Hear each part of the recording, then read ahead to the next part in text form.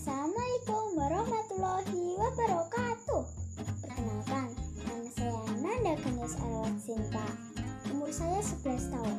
Saya dari SD Negeri Bayan 5 ingin mendongeng cerita rakyat Gunung Kidul yang berjudul Gua Jelamprong. Pada zaman dahulu, di suatu gua, hiduplah seekor harimau. Harimau tersebut bernama Jelamprong. Gua tersebut dinamakan Gua Jelamprong karena nama tersebut berasal dari nama harimau yang menunggu gua itu. Harimau tersebut merupakan keturunan dari harimau putih yang bernama Kyai Kepek. Dahulu bukan bernama Gua Jelamprong, melainkan Lebuh Luweng.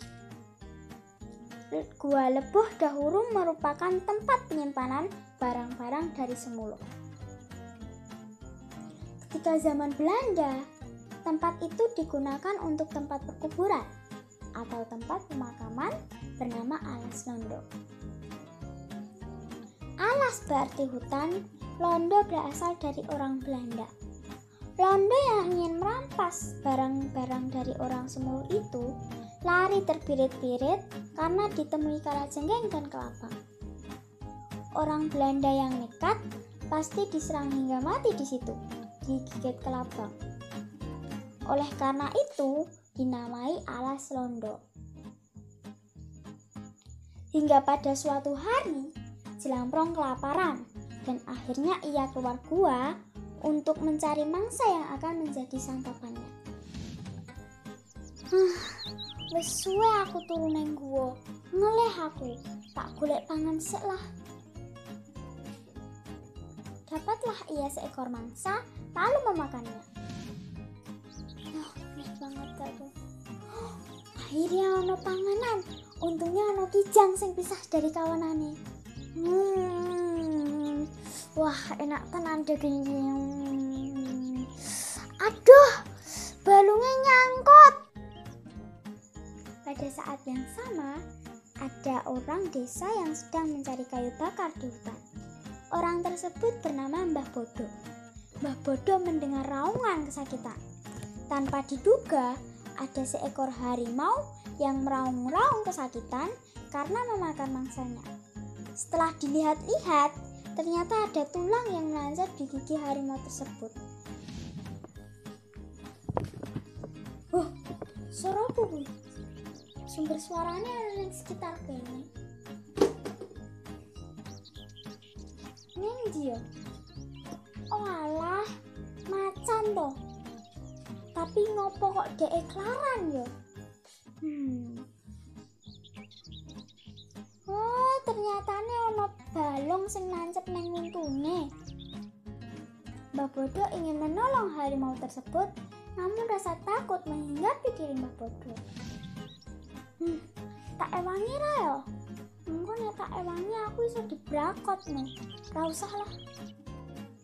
Dengan niat menolong, maka Mbah Bodo mengumpulkan keberaniannya untuk mengambil tulang yang menancap di mulut sang harimau tersebut.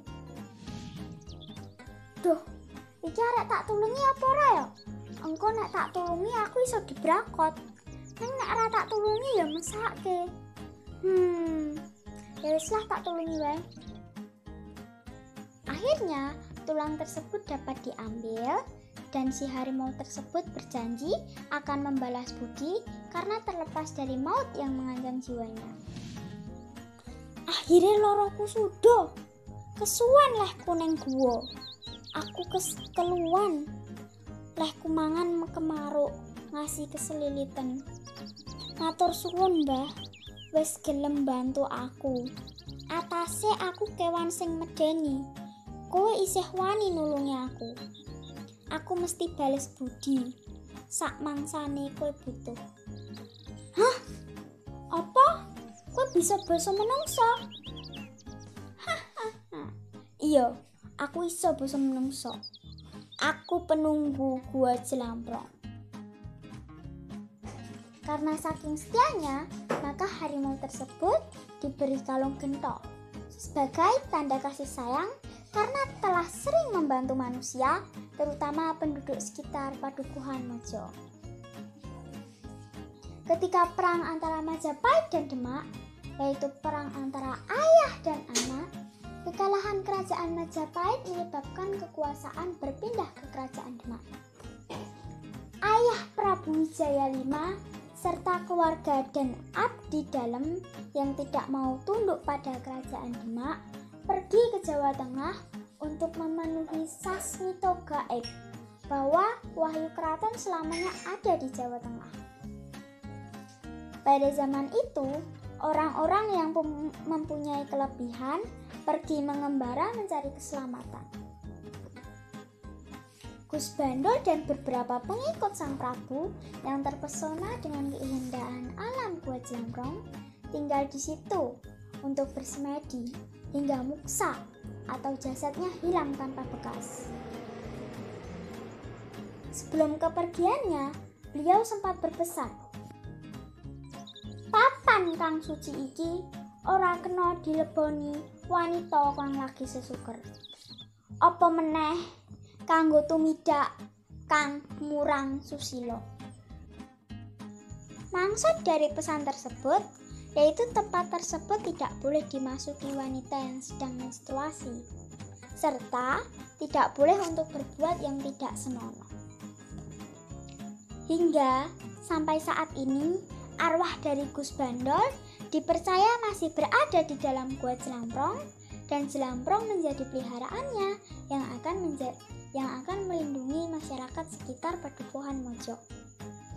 Demikian cerita rakyat Gunung Kidul yang berjudul Gua Jlamrong.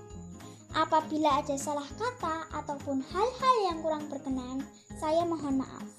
Wabillahi taufiq wal hidayah. Wassalamualaikum warahmatullahi wabarakatuh.